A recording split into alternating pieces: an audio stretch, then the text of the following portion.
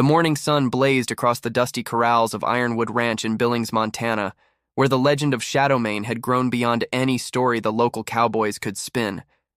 For 3 years, no man had managed to get within 20 feet of the 2,400-pound black bull without being launched over the fence or running for his life. Knox Steele Drummond, widely regarded as the finest bull rider within 600 miles, leaned against the weathered wooden rails watching the midnight black beast paw the ground with a fury that seemed pulled straight from hell itself. At 42, Steele had broken hundreds of wild bulls. But Shadowmane was different. There was something in those cold, dark eyes that spoke of dangerous intelligence, almost supernatural awareness. "That demon has sent 19 men to the hospital," said Garrett Blackstone, the ranch owner, spitting tobacco juice into the dust. "Last cowboy who tried lasted exactly 4 seconds before Shadowmane launched him clean over 2 fences, shattered his collarbone and 3 ribs. Steele nodded grimly, his calloused hands gripping the fence posts. "Never seen anything like it, Garrett. It's like he reads our minds before we even move." Shadowmane had arrived at Ironwood Ranch from the wild ranges of Colorado, captured after months of pursuit by a specialized team of Mustang hunters. Nobody knew his full story, but the scars covering his massive black frame told tales of survival and rage that few animals could endure. "My grandfather used to say some bulls are born with the devil's own spirit," muttered Ridge Whip Crawford, a grizzled 58-year-old veteran who'd seen everything the rodeo world could throw at him. "Shadowmane's got that darkness in him.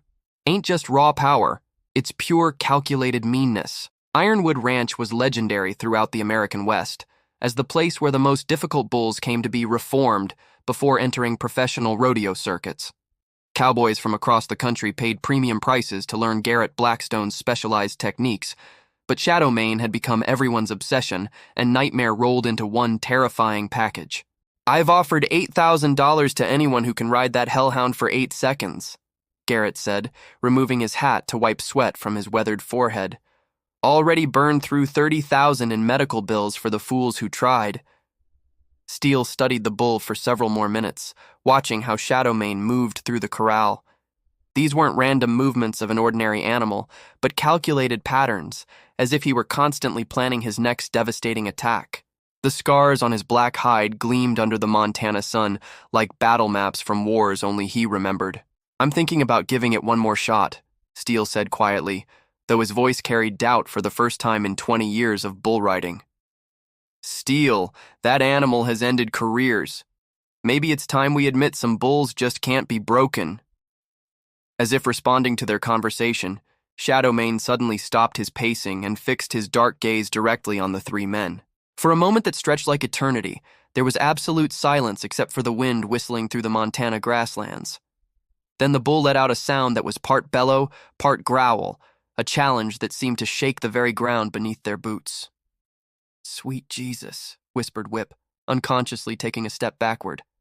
"That thing's looking right through us." The standoff continued for 30 seconds before Shadowmane turned away with what could only be described as dismissive contempt, as if the humans weren't even worth his continued attention.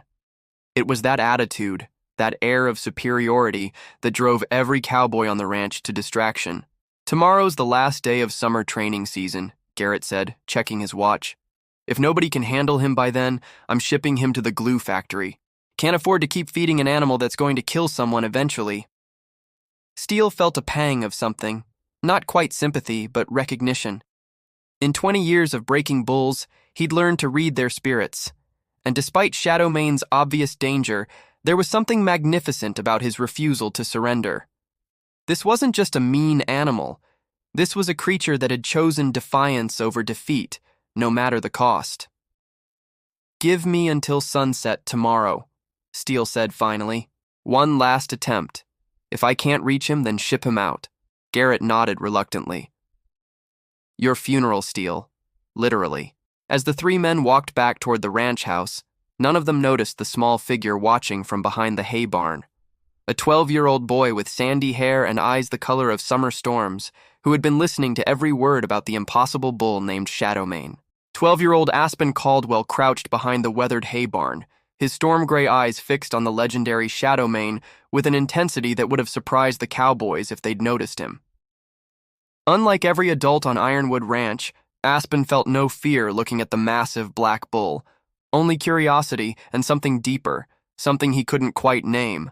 Aspen had been living at the ranch for 6 weeks now, sent by social services after his grandmother's death left him with nowhere else to go.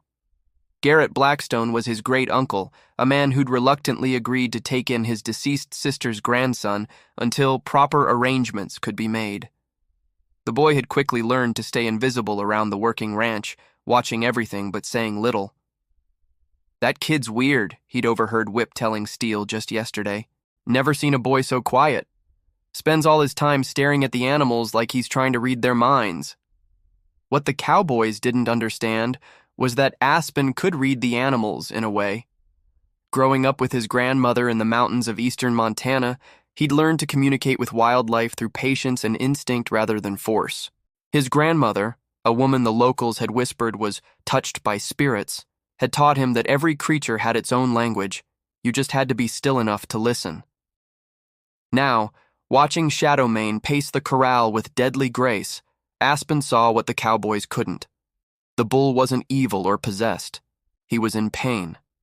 Deep, soul-crushing pain that had nothing to do with physical wounds and everything to do with broken trust. "You're not mean," Aspen whispered to himself, studying the way Shadowmane held his massive head. "You're just scared they're going to hurt you again." That evening, after the ranch hands had finished their dinner and headed to the bunkhouse for cards and whiskey, Aspen slipped out of his tiny room in Garrett's house. The Montana night was crisp and clear, with stars scattered across the sky like diamonds on black velvet. He moved silently through the shadows, his bare feet making no sound on the packed earth. The corral area was empty except for Shadowmane, who stood motionless in the center of his pen like a dark statue. As Aspen approached the fence, the bull's head came up immediately, those intelligent eyes locking onto the small figure with laser focus. "Easy, boy," Aspen said softly, his voice barely above a whisper. "I'm not here to hurt you." Shadowmane snorted once, a sound that had sent grown men scrambling for safety, but Aspen didn't move. He simply stood there 10 feet from the fence, letting the bull study him. Minutes passed in absolute silence, boy and beast sizing each other up under the star-filled Montana sky. "I know what it's like," Aspen continued, his voice steady despite the enormity of the animal before him. "When people hurt you so bad that you can't trust anyone anymore. When fighting back is the only thing that makes you feel safe." Something flickered in Shadowmane's dark eyes. Not the usual rage or calculation, but something softer. Recognition, perhaps. The bull took one step closer to the fence, then stopped, his massive head tilted slightly as if listening to something only he could hear. Aspen slowly reached into his pocket and pulled out an apple he'd saved from dinner. Without breaking eye contact with Shadowmane, he placed it on the ground near the fence and stepped back. "I'm not going to try to make you do anything," he said quietly. "But if you want it, it's there."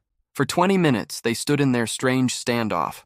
The smallest person on the ranch and its most dangerous animal, connected by something that transcended size or species. Finally, as clouds began to drift across the moon, Shadowmane moved forward with surprising grace and delicately picked up the apple with his teeth. As he crunched the fruit, his eyes never left Aspen's face. When he finished, the bull let out a soft rumble, not the threatening growl that terrorized the cowboys, but something almost like a purr. "I'll come back tomorrow night," Aspen promised, already backing away slowly. Same time. As he slipped back through the shadows toward the house, Aspen didn't see Garrett Blackstone watching from his bedroom window, the ranch owner's weathered face creased with disbelief, and the first flicker of hope he'd felt in 3 years. The boy who wasn't afraid had just done something that 19 of the West's toughest cowboys couldn't manage. He'd made Shadowmane remember what it felt like to trust. Word spread through Ironwood Ranch faster than wildfire. By morning, every cowboy, ranch hand, and stable worker knew that Garrett Blackstone's strange great-nephew had somehow gotten within spitting distance of Shadowmane without being trampled into the Montana dirt. "Kid's got a death wish," muttered Bronco Dust McKenzie, the ranch foreman, as he saddled his horse for the morning rounds. No 12-year-old should be messing with that demon, but Garrett had seen something different in those few minutes of moonlit observation. The way Shadowmane had approached the fence, the deliberate gentleness with which he'd taken the apple, the almost peaceful way he'd stood in Aspen's presence. In 3 years of watching grown men get demolished by the bull, nothing had prepared him for the sight of that massive black beast acting like a curious pet. "Aspen!" Garrett called as the boy emerged from the house for breakfast, his sandy hair still tousled from sleep. "We need to talk." The boy's storm-gray eyes met his great-uncle's weathered gaze without flinching.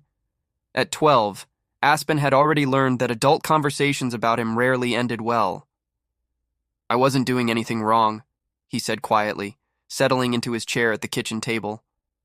"That's not what this is about, son." Garrett poured himself black coffee, his hands steady despite the uncertainty in his voice. "What I saw last night? How did you know to approach Shadowmane like that?" Aspen stirred his oatmeal slowly, considering his words. Adults rarely understood when he tried to explain his connection with animals. His grandmother had been the only person who'd ever really gotten it. "Grandma Willow always said that hurt animals speak the loudest when they're trying to be quiet," he finally said. "Shadowmane isn't mean. He's just broken inside." Outside the kitchen window, they could see Steel and Whip preparing for what everyone assumed would be Steel's final attempt at riding the legendary bull. The two seasoned cowboys moved with the grim efficiency of men heading into battle they weren't sure they'd survive. "Aspen," Garrett said carefully, "what you did last night was dangerous. Shadowmane has put men in the hospital. Good men. Experienced men who know bulls better than most people know their own families." "But they don't know him," Aspen replied, his voice gaining strength. "They just see the outside, all that anger and pain. They don't see what's underneath." Garrett studied his great-nephew's face, seeing something there that reminded him powerfully of his late sister. Aspen's grandmother had always possessed an uncanny ability to gentle the wildest animals. The local Crow tribe had called her "she who speaks to four legs," and even the most skeptical ranchers had grudgingly admitted her gift was real. "What do you see underneath?" Garrett asked. Aspen was quiet for a long moment, his eyes distant as if remembering something from the night before. "Loneliness," he said finally, "and this deep, deep sadness, like he's been waiting for someone to see him as more than just a dangerous animal." From the corrals came the sound of Steel's voice, sharp with professional command, followed by the thunder of hooves and the violent crash of a body hitting wooden rails. Through the window, they watched Steel pick himself up from the dust, favoring his left shoulder, while Shadowmane stood in the center of the corral, looking almost bored by the encounter. "Damn it," Garrett muttered, then caught himself. "Sorry, son." "It's okay," Aspen said, still watching the scene outside. "He doesn't want to hurt Mr. Steel. He just doesn't understand why everyone keeps trying to fight him." That afternoon, while Steel nursed his bruised ribs and wounded pride, Aspen found himself drawn back to Shadowmane's corral.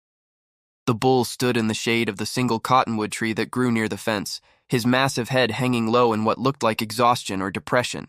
"Hey, boy," Aspen called softly, approaching the fence with the same careful movements he'd used the night before. Shadowmane's head came up immediately, and for the first time since arriving at Ironwood Ranch, the bull's eyes held something other than rage or wariness. There was recognition there, and something that looked almost like relief. "I brought you something," Aspen said, pulling a handful of sugar cubes from his pocket. "Grandma Willow always said sweet things help heal bitter hearts." He placed the sugar cubes on a fence post and stepped back, watching as Shadowmane approached with that surprising grace. As the bull delicately licked up the treats, Aspen began talking. Not the commanding voice cowboys used with bulls, but the soft, conversational tone he'd learned from his grandmother. "My dad left when I was little," he said quietly. "And my mom, she tried, but the drinking got too bad. Grandma Willow said sometimes people hurt so much inside that they can't help but push away the ones who love them. I think maybe that's what happened to you too." Shadowmane finished the sugar and remained at the fence, his dark eyes fixed on Aspen's face with an intensity that would have terrified most adults. But the boy saw past the size and power to something fragile and wounded underneath. "Tomorrow's your last day here," Aspen continued, his voice thick with emotion. "Uncle Garrett's going to send you away if nobody can ride you, but maybe Maybe that's not what you need. Maybe you just need someone to understand that you're not a problem that needs solving. Maybe you're just a friend that nobody's figured out how to make yet. As the sun began to set over the Montana plains, painting the sky in brilliant oranges and purples, Shadowmane did something he'd never done before. He lowered his massive head until his forehead nearly touched the fence post where Aspen stood. It was a gesture of trust so profound that neither of them moved for several minutes, boy and bull connected by something deeper than words or training or fear. From his office window, Garrett Blackstone watched the impossible scene unfold and made a decision that would change everything. Dawn broke gray and somber over Ironwood Ranch, the kind of Montana morning that felt heavy with endings. Garrett Blackstone stood on his porch with a cup of coffee gone cold in his hands, watching the livestock trailer from Hartley Processing pull into his driveway. Today was Shadowmane's last day, and the bull seemed to sense it. Mr. Blackstone, the driver climbed down from his cab, a weathered man named Dale who'd been hauling livestock for 30 years. I'm here for the pickup. Black bull, right? Heard he's got quite a reputation. Garrett nodded grimly. That he does. Give me until noon. If nothing changes by then, he's all yours. Inside the house, Aspen sat at the kitchen table, pushing scrambled eggs around his plate, his storm-gray eyes red-rimmed from a sleepless night. He'd spent hours lying awake, knowing this morning might be the last time he'd see his newfound friend alive. Uncle Garrett, Aspen said quietly as his great-uncle returned from talking with the truck driver. What if I could prove Shadowmane isn't dangerous? What if I could show you he just needs someone to understand him? Garrett's weathered face softened as he looked at the boy who'd already shown more courage around Shadowmane than men twice his age. Son, what you've done with that bull is remarkable, but understanding and riding are two different things. I've got a business to run, and Shadowmane's already cost me more money than I can afford. But what if... Aspen. Garrett's voice was gentle but firm. I've seen what you can do with him, and it's amazing. But at the end of the day, he's still a 2,000-pound animal that sent 19 men to the hospital. I can't risk someone getting killed. Out in the corral, Shadowmane stood pressed against the fence closest to the house, as if he could sense the conversation happening inside. Steele and Whip were making final preparations for one last attempt, though both men moved with the resigned air of soldiers heading into a battle they didn't expect to win. This is insane, Whip muttered, adjusting his protective vest. That bull's going to put you in the ground, Steele. Maybe, Steele replied, his jaw set with determination. But I've never left a job unfinished. 22 years of bull riding, and I'm not going to let my career end with that black devil getting the last word. Bronco McKenzie leaned against the fence, shaking his head. Pride's going to get you killed, Steele. That bull ain't like the others. He thinks 3 moves ahead of you. From the bunkhouse window, Aspen watched the cowboys prepare for what everyone knew would be Steele's final attempt. His heart hammered against his ribs as he saw the trailer driver checking his watch and starting his engine. I have to try, Aspen whispered to himself, slipping out the back door while Garrett was distracted by ranch paperwork. The boy moved through the morning shadows like a ghost, arriving at Shadowmane's corral just as Steele was climbing over the fence. The bull stood in the center of the pen, his massive frame coiled with deadly potential, watching the cowboys approach with those intelligent dark eyes. Easy, Shadowmane, Steele called, his voice steady despite the fear everyone could see in his shoulders. Let's get this over with. But as Steele took his first step forward, Shadowmane's head swung toward the fence where Aspen crouched behind a hay bale. For a moment that stretched like eternity, the bull's eyes locked with the boys and something passed between them. An understanding that transcended species. Wait! Aspen stood up, his young voice cutting through the morning air like a gunshot. Every head on the ranch turned toward him. Steele froze mid-step, Garrett came running from the house, and even the trailer driver shut off his engine to see what was happening. Aspen, get away from there! Garrett shouted, but the boy was already climbing the fence. Please! Aspen called to his great-uncle, his voice breaking with emotion. Just give me 5 minutes. If you're going to send him away forever, at least let me say goodbye properly. The ranch fell dead silent except for the wind whistling through the cottonwood trees. Steele stood motionless in the corral, knowing that any sudden movement could trigger the bull's attack instincts. Shadowmane remained perfectly still, His massive head turned toward Aspen with an expression that looked almost hopeful. "Son, don't you dare climb down into that pen," Garrett said, his voice tight with fear for the boy he'd grown to care about despite himself. "He won't hurt me," Aspen said with quiet certainty. "He's not evil, Uncle Garrett. He's just been waiting for someone to trust him back." Before anyone could stop him, Aspen dropped down into the corral, landing lightly in the dust just 20 feet from both Shadowmane and Steel. The cowboy's face went white as the boy slowly walked toward the center of the pen. "Jesus Christ," whispered Whip. "That kid's walking right toward death." But Shadowmane didn't charge or paw the ground or show any of the aggressive behaviors that had terrorized the ranch for 3 years. Instead, as Aspen approached with steady, fearless steps, the massive bull lowered his head in the same gesture of trust he'd shown the night before. "It's okay, boy," Aspen said softly, reaching out to touch Shadowmane's forehead. "I know you're scared, but you don't have to fight anymore." The bull's eyes closed as the boy's small hand made contact with his scarred hide. For the first time in 3 years, Shadowmane stood completely relaxed, his breathing deep and steady as Aspen gently stroked his neck. Around the corral, grown men stood in stunned silence, witnessing something that challenged everything they thought they knew about fear, trust, and the bond between human and animal.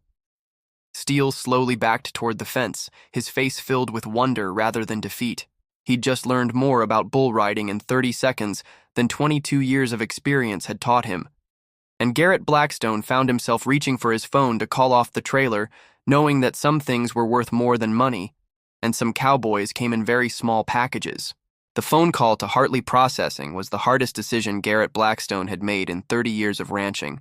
But watching his 12-year-old great-nephew stand peacefully beside the most dangerous bull in Montana left him no choice. "Dale, I need you to head back empty," Garrett said into his cell phone, never taking his eyes off the impossible scene in the corral. "The bull's not going anywhere today." "You sure about this, Garrett?" Dale's voice crackled through the speaker. "That animal's got quite a reputation." "Yeah, I'm sure," Garrett replied, watching Aspen scratch behind Shadowmane's ears like the bull was an oversized dog. "Sometimes reputation doesn't tell the whole story."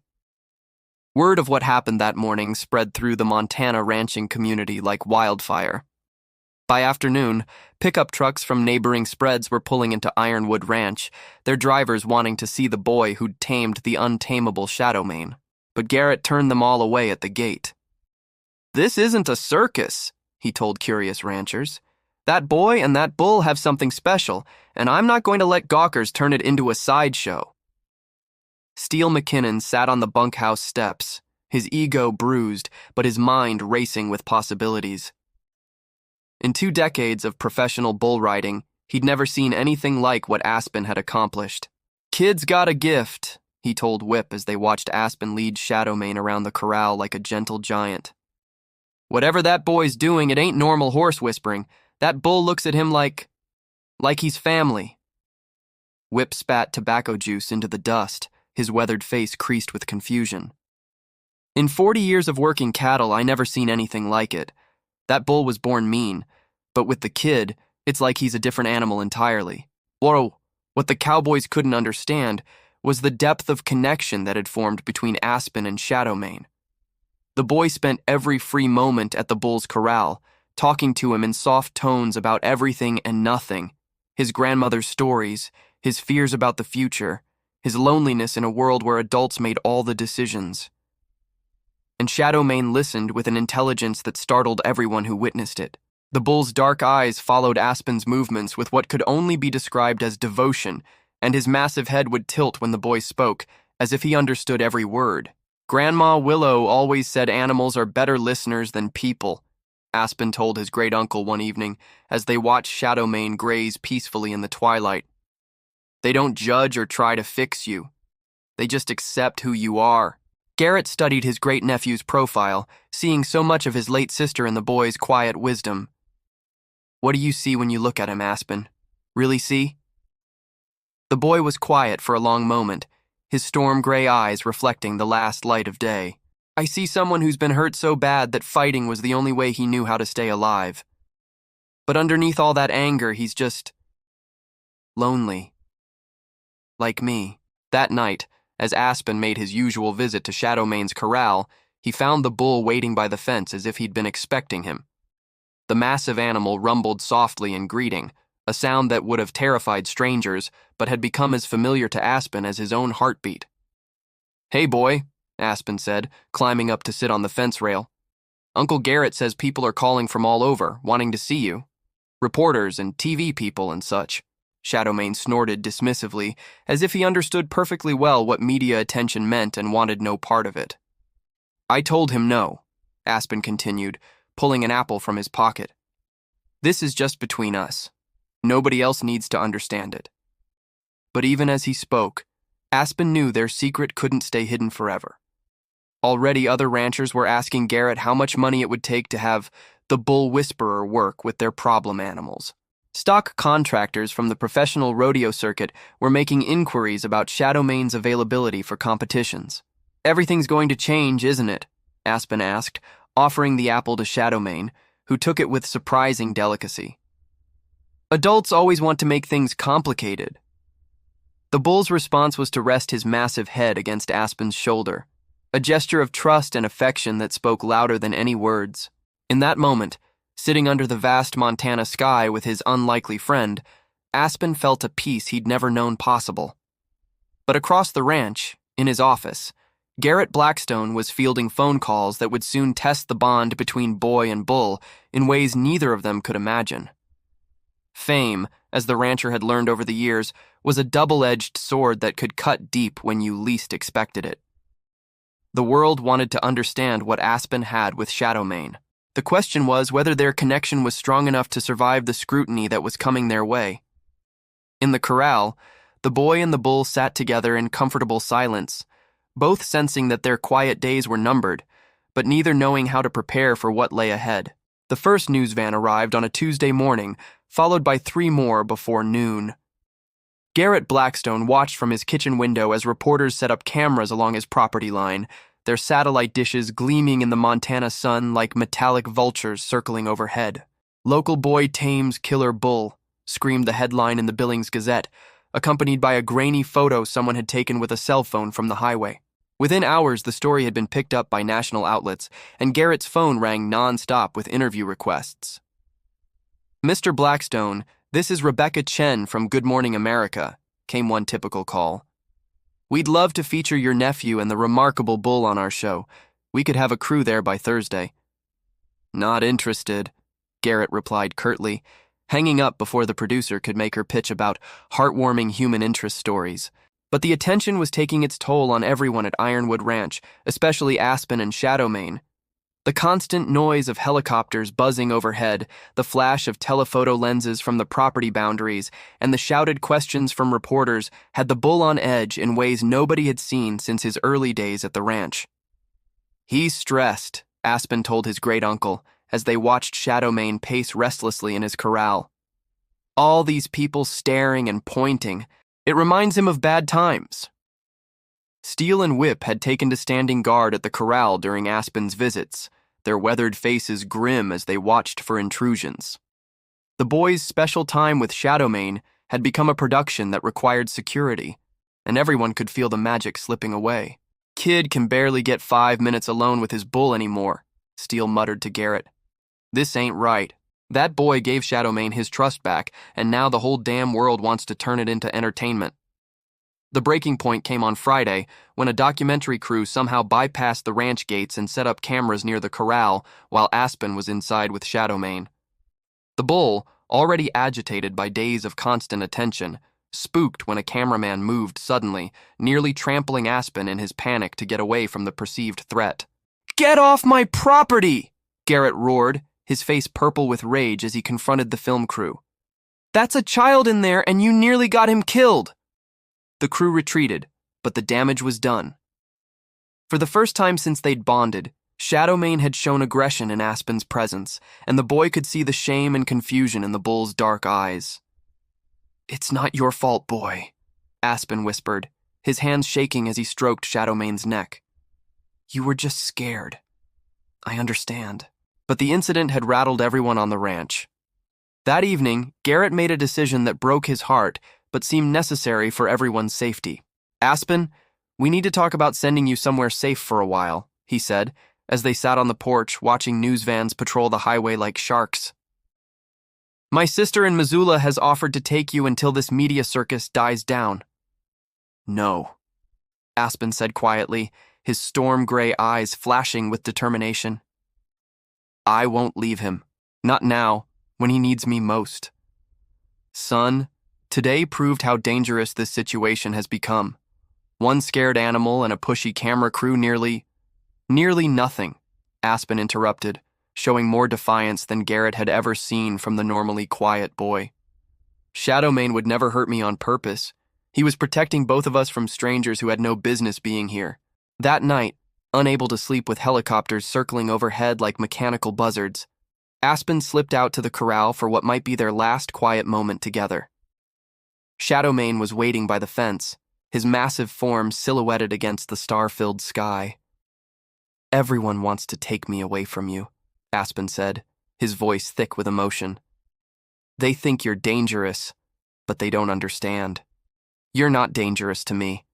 You never could be." The bull's response was to press his forehead gently against Aspen's chest, a gesture so tender it belied everything the world thought they knew about the legendary Shadowmane. "What if we just left?" Aspen whispered into the night. "What if we found somewhere they couldn't follow us, where you could just be yourself without everyone staring and judging?" It was a child's dream, impossible and impractical.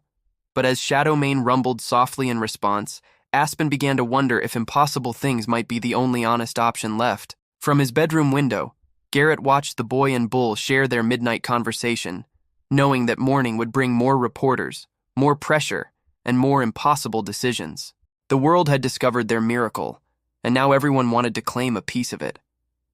The question was whether the bond between Aspen and Shadowmane was strong enough to survive being turned into a commodity, or if some things were too pure for the world to understand without destroying them in the process. In the corral, the boy who wasn't afraid held his ground against forces bigger than both of them, while the bull who trusted no one placed his faith in the only human who'd ever seen past his reputation to the heart underneath. Tomorrow would test whether love was stronger than fame, or if the world always found ways to break the things it claimed to celebrate. In this story of unlikely friendship and the courage to stand against the crowd, a quiet boy and a misunderstood bull prove that sometimes the most powerful connections happen between the most unlikely pairs, and that true understanding requires no audience, only trust. Not even the bravest cowboy could touch this wild bull, until this boy showed up.